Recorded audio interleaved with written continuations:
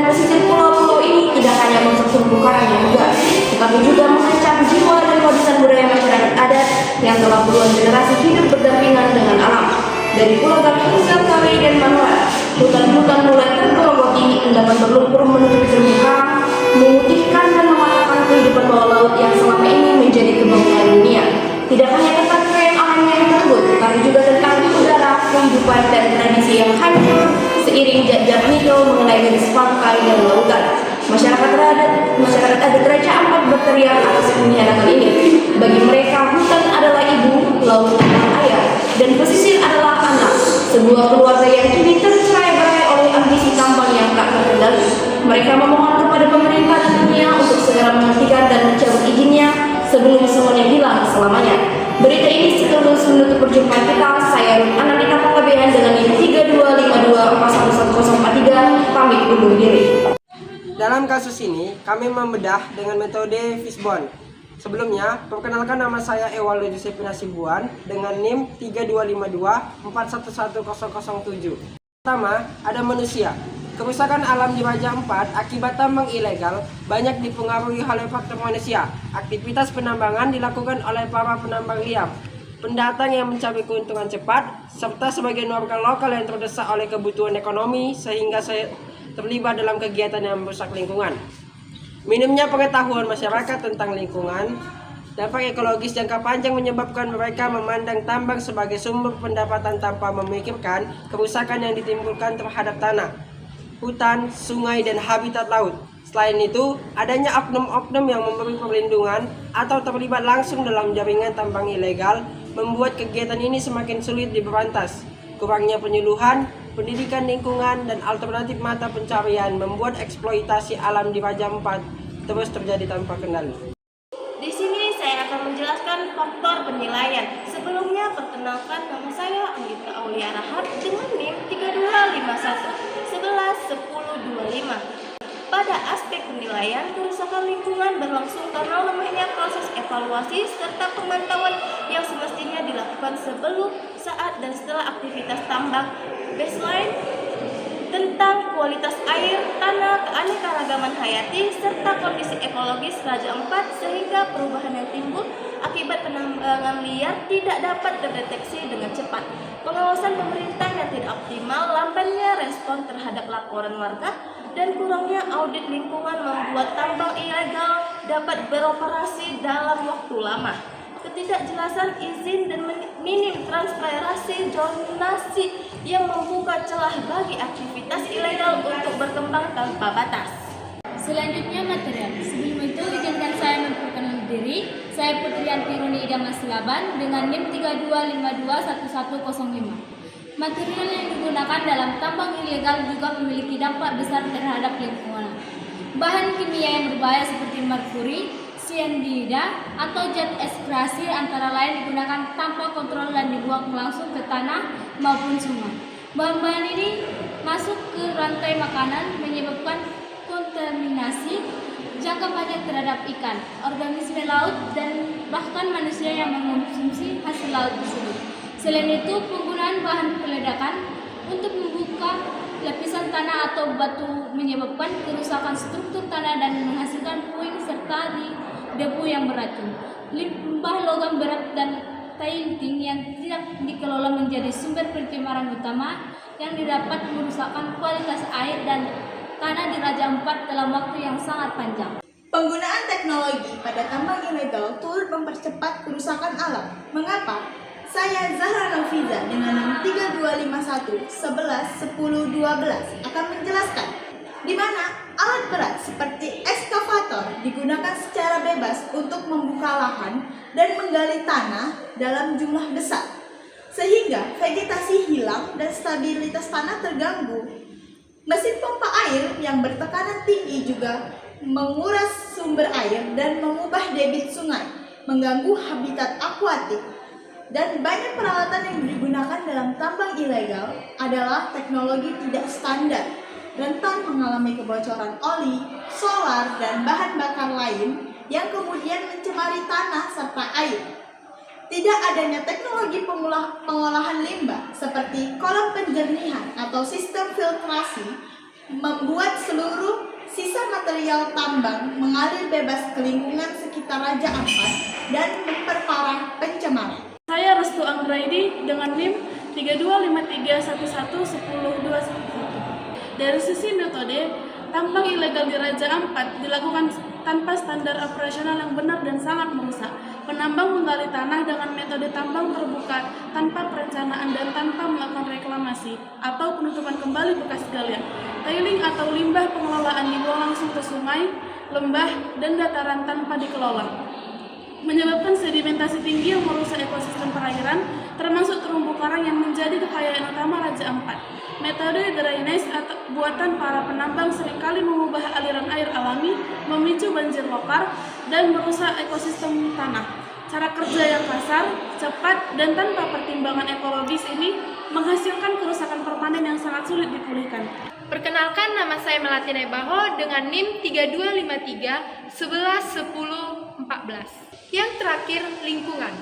Faktor lingkungan menjadi aspek yang membuat kerusakan akibat tambang ilegal di Raja Ampat semakin parah. Wilayah ini dikenal memiliki ekosistem yang sangat sensitif dan beragam, mulai dari hutan primer, sungai jernih, hingga ekosistem laut dengan terumbu karang yang luar biasa kayanya. Ketika kawasan ini dibuka secara sembarangan untuk tambang, tutupan vegetasi hilang sehingga tanah rentan mengalami erosi dan longsor. Sedimentasi dari limbah tambang mengalir ke sungai dan laut, menyebabkan kekeruan air yang merusak terumbu karang dan mengganggu organisme laut. Perubahan aliran air dan hilangnya habitat alami mengancam keberlangsungan spesies endemik yang menjadi identitas Raja Ampat. Lingkungan yang sebelumnya stabil menjadi rapuh dan pemulihannya memerlukan waktu yang sangat panjang. Adapun dampak atau akibat dari permasalahan pertambangan nikel di Raja Ampat, yang pertama, kerusakan hutan. Tambangan nikel mengharuskan pembukaan lahan dalam jumlah besar. Akibatnya, ribuan hektar hutan alam di pulau-pulau kecil seperti Gak, Kawe, Mandoran, dan Batang Pele hilang. Hutan yang hilang memicu peningkatan suhu, memperparah krisis iklim, dan mengurangi kemampuan alam menyerap karbon. Satwa yang hidup di dalam hutan kehilangan habitatnya. Yang kedua, sedimentasi dan pencemaran pesisir. Ketika hutan dibuka, tanah menjadi gundul dan mudah terbawa hujan. Tanah yang terbawa ini menjadi sedimen yang turun ke laut. Dampaknya, laut di sekitar pesisir menjadi keruh, sedimen menutup ekosistem pesisir seperti lamun dan terumbu karang, dan biota laut sulit mencari makan dan berkembang biak. Dampak yang ketiga, kerusakan terumbu karang ini adalah dampak paling fatal. Sedimentasi dan erosi membuat, yang pertama, terumbu karang tertutup lumpur. Yang kedua, banyak karang patah. Yang ketiga, terjadinya pemutihan atau bleaching di berbagai area diving. Raja Ampat adalah pusat terumbu karang dunia. Kerusakan ini mematikan biota laut, mengancam rantai makanan, serta butuh puluhan tahun untuk pulih. Dampak yang keempat, kehilangan keanekaragaman hayati. Raja Ampat memiliki keanekaragaman hayati yang sangat langka. Tambang nikel mengancam 1. 47 spesies mamalia, 2. 114 spesies amfibi dan reptil, 3. 5 spesies penyu yang dilindungi, 4.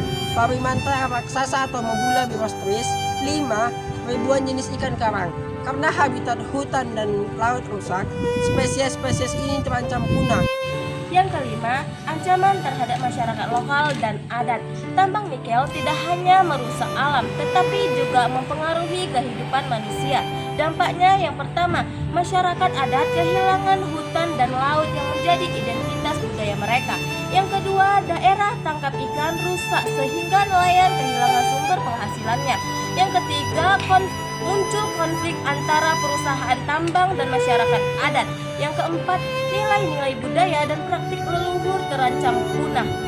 Yang keenam, turunnya mata pencaharian masyarakat karena laut rusak, yaitu karena yang pertama, jumlah ikan menurun drastis. Yang kedua, nelayan kehilangan mata pencaharian. Yang ketiga, peristiwa menyusut akibat rusaknya spot diving. Yang keempat, debu nikel membuat pesisir kotor dan tidak layak untuk kegiatan ekonomi. Yang ketujuh, hancurnya ekowisata Raja Ampat. Raja Ampat terkenal sebagai surga diving dunia. Ketika terumbu karang rusak, wisata berkurang, potensi pendapatan daerah menurun, ekonomi lokal yang bergantung pada house mistik.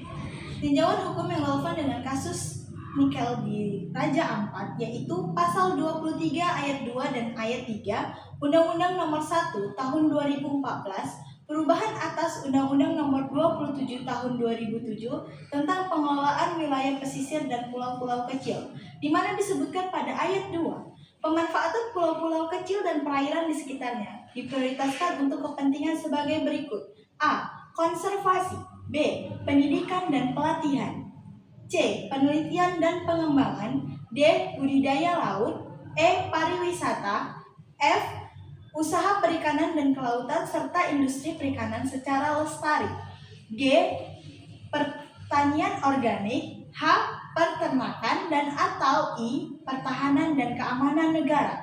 Disebutkan juga pada ayat 3, kecuali untuk tujuan konservasi, pendidikan dan pelatihan, serta penelitian dan pengembangan, pemanfaatan pulau-pulau kecil dan perairan di sekitarnya wajib A. Memenuhi persyaratan pengelolaan lingkungan, B.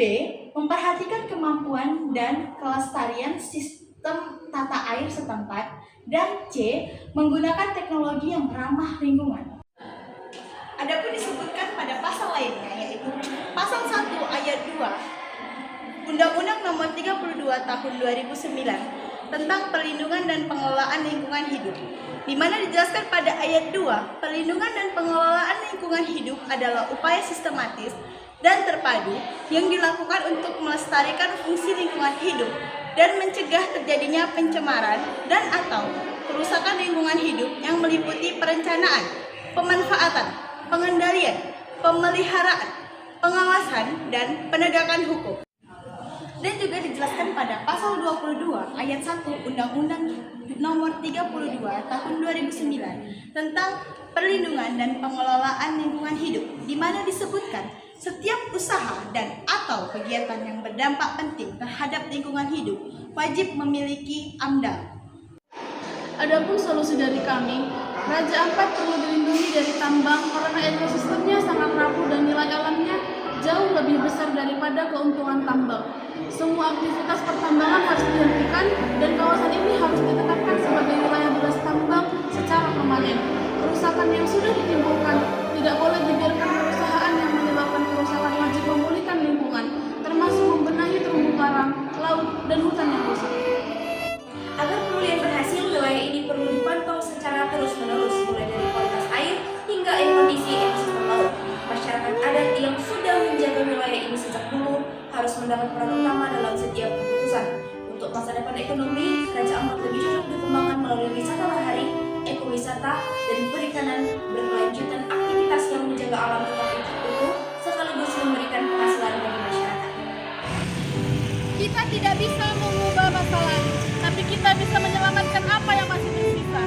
Raja Ampat lebih berharga dari sekedar nikel. Ia adalah jantung lautan Indonesia. Mari berdiri bersama